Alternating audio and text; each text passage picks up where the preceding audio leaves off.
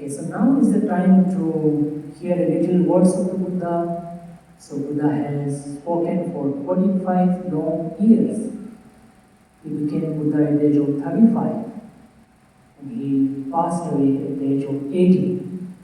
So 45 long years he taught in mostly central India, central part of India, the whole Gangetic plain. And every single day he would teach people, he would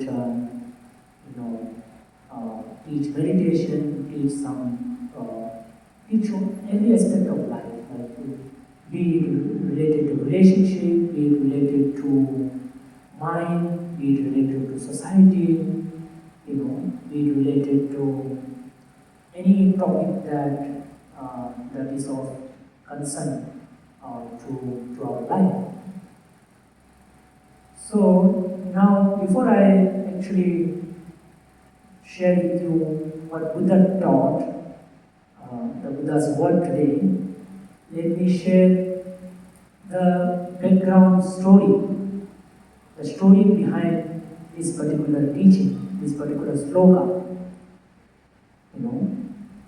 Because then in the story it becomes easier for us to get an idea of what Buddha actually wanted to say and in what context he said. The context is very important, right? So today you see we get all sort of videos taken out of context and put it out, and then everybody is misled, right? So Buddha also spoke many times in slokas, just 4 lines like that. But then it is in certain context, so we have to know the context. So hopefully it becomes much easier for us. It is not too abstract for us to understand. So this story is about a lady, a lady in the time of Buddha. I think her name was Patika. So she was a devout follower of a naked ascetic. So there were, in our tradition, in our Indian culture, there were many different forms of religious practitioners. In Buddha's time, there were 6 different religious gurus, 6 religious masters in the Shramana tradition, in the ascetic tradition. In Veda, of course, Veda is one of the things, but then within the Shramana tradition, there were 6 different teachers.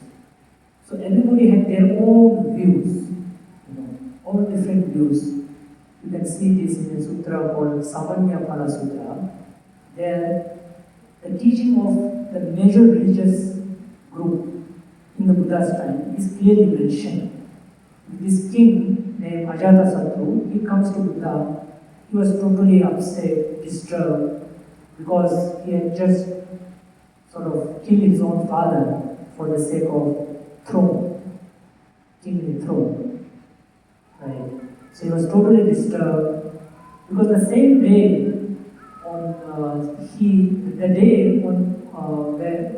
when his father died, because of his torture, he was killed in a series of torture. After a series of torture, finally he got killed.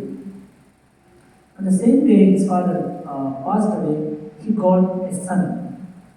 And the day he got a son, the whole love, the whole mindset toward his father suddenly changed. And he goes to his father and he actually he goes to his mother and asks about his father's love and everything. So he comes to Buddha, and before he came to Buddha, he went to all different religious teachers, all the 6 different teachers. So everybody had their own teaching, So one of the interesting thing about reading about these 6 different religious masters in the Buddha's time, is that in the Buddha's time, every, in the Indian subcontinent, there was not one religion as such. There was no one religion, 6 different measures. That is, I am speaking about the most popular religious master. There may be some more also. But in the more popular 6 religious masters, they held different views, very different views. Each had their own views. Some believe in karma, some didn't believe in karma, some believe in rebirth, some didn't believe in rebirth. In some believe that there may be rebirth, may not be rebirth. It's a very complicated view that those teachers who held, and they were quite popular in their own group. So this is something to learn, because as a culture in India, there was freedom of religious identity or religious views. They had all different views. It was not just one. Some say there is God, some say there is no God, some say there is hell, some say there is no hell. All kinds of views. So if you are interested in religious, you can check out this sutra called Pāli Sutra. So there is a detailed description what were the belief of each religious group. So it is shown in detail. So one of this naked ascetic, because this was one of the practice where they remained naked. So many different form of practices. That India had. Even today, it is there. So she was a devout lady of that. She was a devout lady of that master, that naked ascetic, naked sadhu. And then, but her neighbors, most of them were following Buddha. And they would speak to her about Buddha every time. And after hearing that, she got very much curious to know more about Buddha, to visit Buddha. But whenever she expressed her wish to the master, the naked ascetic, he would outrightly reject. He said, no, that's not right. It is not good. That teaching is wrong. Obviously, every religion's master has their own view, and surely, hold on to that, and it's quite normal. So then the interest was coming up. It was like overpowering. She was not able to resist that interest. But of course, she was also, since she was a very ardent supporter, not just a follower, but supporter of this naked ascetic. So they had a good rapport. They had good sort of relationship, and she didn't want to spoil that. She wanted to inform his master before going to meet the Buddha. But then it went on, and then finally she devised an idea. She just sent her son to the Buddha, just to go there, and then you listen to Dharma and you tell him what Buddha spoke. And then this boy went, and then he used to come and tell the teaching to her. And one day she thought, I will invite the Buddha. But this naked ascetic master, he didn't allow her. So she just took her decision to invite Buddha. She sent her son, told him to invite Buddha. And Buddha came, and then Buddha had lunch in her house, and the post-lunch, Buddha was teaching Dharma to her, and that she really liked the Dharma, she really enjoyed the Dharma, and it was so much so that she literally became sort of what they call rapture. She got this rapture, this whole body becoming light and feeling very the goosebump and all those things. So then she said sadhu, sadhu, sadhu. So this sadhu, sadhu is the ancient Indian way of clapping. So we didn't have clapping, we had sadhu, sadhu. So this, I think still this culture is there, I don't know, in some part of India. But clapping is imported culture from the West. So anyway, she said sadhu, sadhu, sadhu, and at that time, of course, the naked master, naked ascetic master, was in another room in the same house, in her house. So he totally became very much upset, and he just came out and started shouting, abusing, making noise and everything to her as well as to Buddha, and then he just left, making some sound, abusing and all those things. Then this lady now, he was totally shattered, embarrassed, and she was she invited Buddha for the first time, and of course when you have a guest in your house and somebody shouting, it is embarrassing, of course, right? Then Buddha knew that now her mind has changed, into worry or upset, disappointment. Then Buddha spoke this slogan. He said, the sloka was, na paresam vilomani, na paresam katakatam, atta nova avekkaya, katani akatani cha. So he said, na paresam vilomani, na paresam katakatam. So he said, don't worry about what people have done or undone, what people have committed or omitted. Attanova avekkaya. Just look at your own thing. Katani, akatani. Kata means whatever you have done. Akata means what you have not done. Right? Buddha just said this particular gatha to her. And that really hit her heart, and she was like totally settled, totally calm, totally happy. This is one of the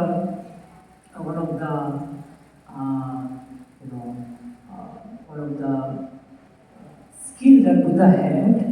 Buddha had this ability to read others' mind, and not only just reading the mind, because reading mind can be done by many, but he had this ability called Indriya Parapare Jnana or Asayanusaya Jnana, which means he can actually go deep down your being, right? Your mind.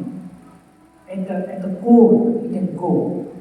He can just scan everything about you, and not only just you, what you are thinking now, but the whole your history, your whole history. What is the state of mind, what you wear, and what exactly you need to know, right? What exactly will hit you. That ability the Buddha had is one of the ability that Buddha had. Asaya means your level of defilement, and Indriya Parapare, what your level of faculty, which means he knows what is your weakness and he knows what is your strength. In simple terms, right? He knows totally your weakness and your strength, because all of us as human beings have both the weakness and strength. We all have that, right? So that ability the Buddha had, and accordingly he would teach. For some he would speak long, for some he would speak short, for some he would speak about this, for some other topic, different topic basically, because he knows the mind. So this really helped her, because at that point, at least in that particular context, she was thinking about, this master, this naked ascetic, is he's my teacher, right? He's my teacher. Why my teacher did like this? Why my teacher should do like this in front of another teacher? My teacher embraced me, upset me in front of another teacher. So this was the thought going in her mind, right? So that's what she was, because she had attachment to her teacher. So this is something that also we can connect with our own life, which is most of the time, many of the time,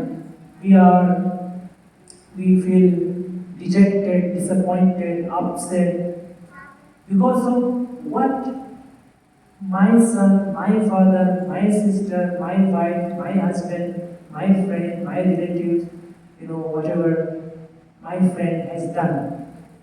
Oh, he did like this. How can he do like that? It is so disappointing. So it is difficult, right? Because as it is, you have to look yourself, because you yourself is a big project. Right? You yourself is a big project already. It is so difficult to just manage yourself. While you are meditating, you might have experienced that you are not able to keep your own mind for just a second or two. The moment you try to keep the mind on the breath, it just went off. And after a few seconds, few minutes, I'm watching my breath.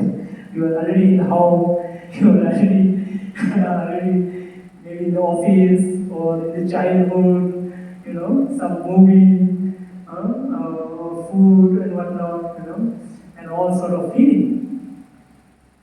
So you cannot even take care of your own mind. How can you take care of another being who is as complicated as yourself, as difficult as yourself? So this is the thing that Buddha is trying to say, that. But at the same time, it doesn't mean that we don't take care of others, But Buddha says that there is certain limit. There is certain limit to the extent we can sort of help others, to the extent we can intervene in others, especially if he is your son, your husband, wife, children, whatever. But you must also have this understanding clearly in your mind that it is not possible for you to totally be able to, take care of or set right, or reform or repair or transform your whoever, your husband, your wife, your children, your father, mother. So this is something that we all have to reflect upon. So which means that we need to give a lot of time for improving ourselves, to set ourselves on the right path, to give more time to yourself, or equal time to yourself at least, than giving time to others, in the sense of, especially in this context, about who has done what, who has not done what, done, undone, committed, uncommitted. It's a very, very important reflection for all of us, when we go through, because we are sometimes obsessed about our people, that we end up becoming more worried, more dejected, or more disappointed, upset. Something that is to be reflected upon. So this is one of the reflection for all of us, to actually look into, because you can use this reflection for the different events that happen in your own life, right? And look it from a different perspective, from what Buddha is trying to say. And it is not just because Buddha said, but it's a reality. It's a reality. It is something that you can actually logically also you can think, in terms of experience also you can think, from an experience way, experiential, experientially you can actually think about it, you can actually feel about it. Right? So one of the problem here is attachment, right? So when we are attached, which we call love, right? But then again, we have to understand the difference between attachment and love. Right? It's one of the things that we need to understand. Because when you are attached, you become obsessed about somebody, and you become too much focused on just one individual, and try to control in a way. You try to control your people. But when it is love, you help, you support your own people to grow, and sometimes allow them to make mistake. Why not? Why not? Let them make mistake, let them learn through mistake. Because sometimes, without committing mistake, some individuals cannot learn. It is not possible for some people to learn without committing some mistake on their own. So therefore, we should give room for people to make mistakes, to do things, and to experience, to experiment, on their own, and also forgive, forgive. It's very important. Sometimes we have to ignore some of the things. We should not look into every single aspect of others. We have to forgive and forget. We have to forgive and forget ourselves as well. Sometimes we are too strict about ourselves. Too much too obsessed about our own action. We just let go. We just forget, just forgive, just chill. The modern word like chill. Okay? So just chill. Just what Buddha said, let go. So just let go. Just relax. Take some fresh air. Okay. So this is something that we all need to do. So this is the meaning of the sloka that Buddha spoke. That is, don't see what others have done. Don't see what others have not done. Don't see what others have committed. Don't see what others have not committed. See your own thing, what you have committed, what you have not committed. This is what Buddha said. Right? So in meditation, you can actually see that. Because when you sit in meditation, you suddenly realize,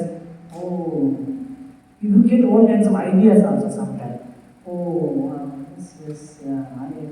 I did that, I did that. Oh, that was not good.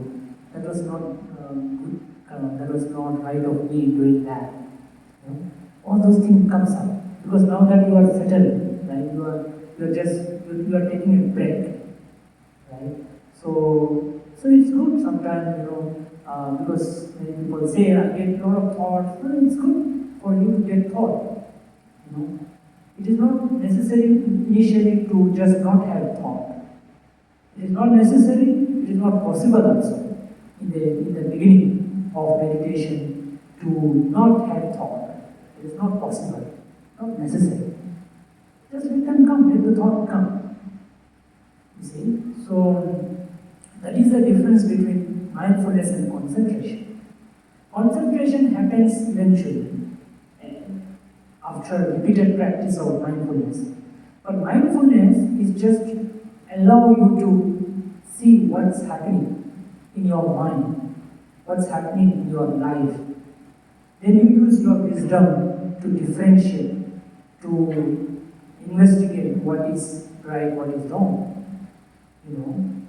Using, say, words of Buddha, using your own wisdom, or whatever you hear from your family or whoever teacher you follow, you get a perspective, a different perspective, right?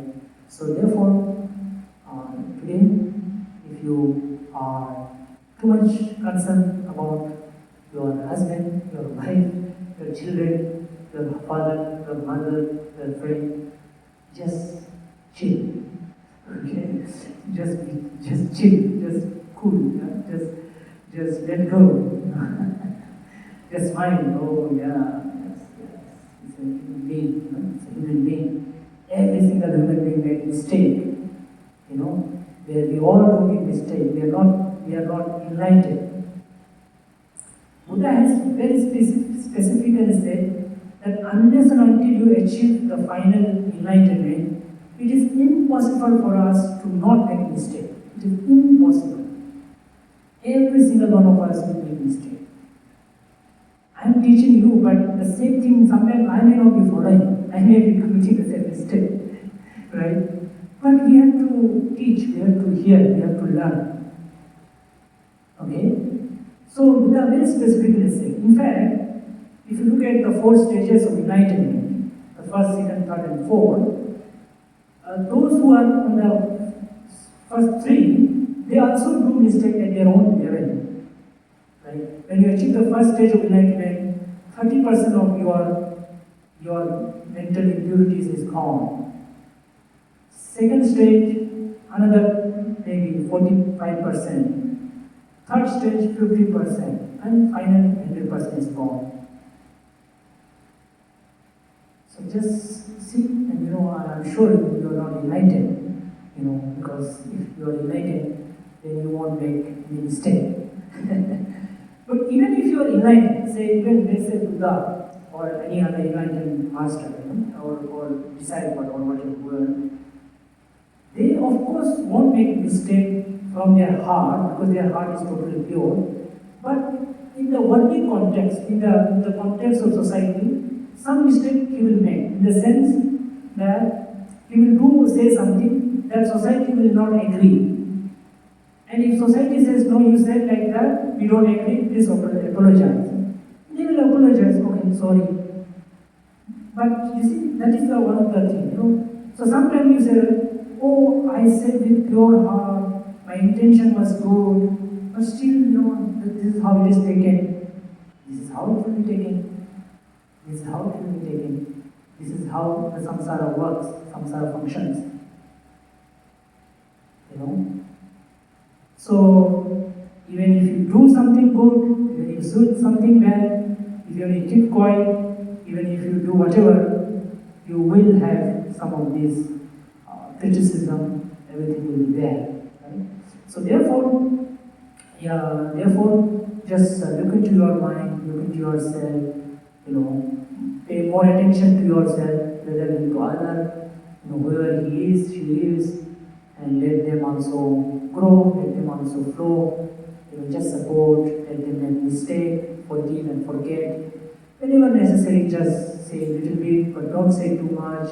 If you say too much, then your own people like to keep you away or run away from you, right? Because you are always pinpointing some mistake, right? So it should not be all the time pinpointing. So, but then of course it doesn't mean that you don't care about others. You have to care, but but don't be worried if somebody is doing something wrong. And don't be worried first, and don't tell all the time. See the situation, see the time, and see whether it is beneficial or not. Buddha also said very clearly that if you have to say something to somebody, see the time, see when to tell, when to tell, when not to tell, what not to tell, how much to tell. All these things we have to figure out. It's a skill, it's a skill. Okay, so this is very important that Buddha said, and in today's time, in the modern time, people speak about things like my life, individuality, my life, individuality.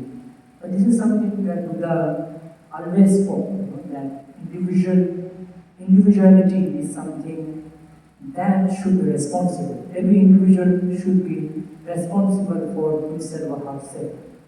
In fact, the quality of Dharma, Buddha said, one of the aspects of Dharma, out of the 6 aspects, is a Pachattam Vedika Go.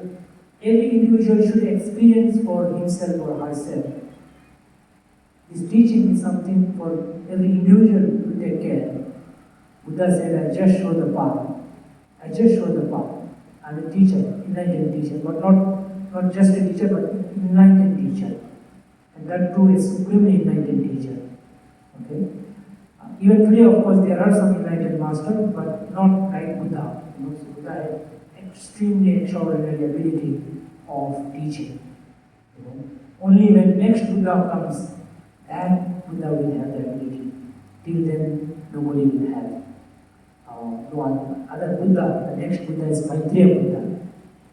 So, but then we don't have him in person, but we have the teaching. And Buddha said, when I'm gone, Dhamma teaching that I have taught will be your master. So Dharma is your master. So I am in the Dharma. That's what Buddha said.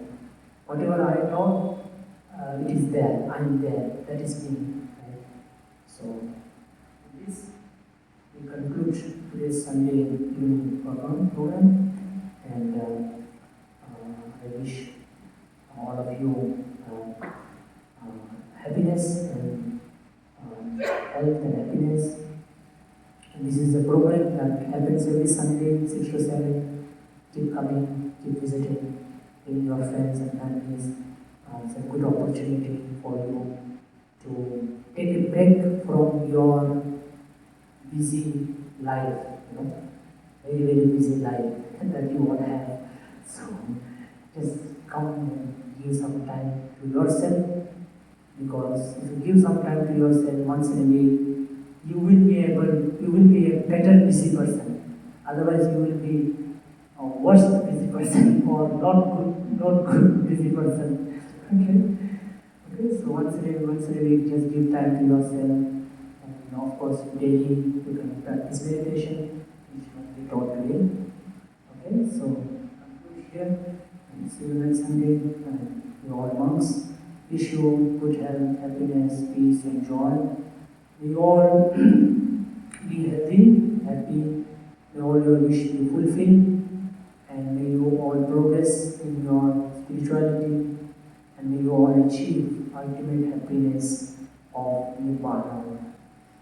Sukhe ave dukkha aham cha maham viha ita cha me sukhe hontu majjata chata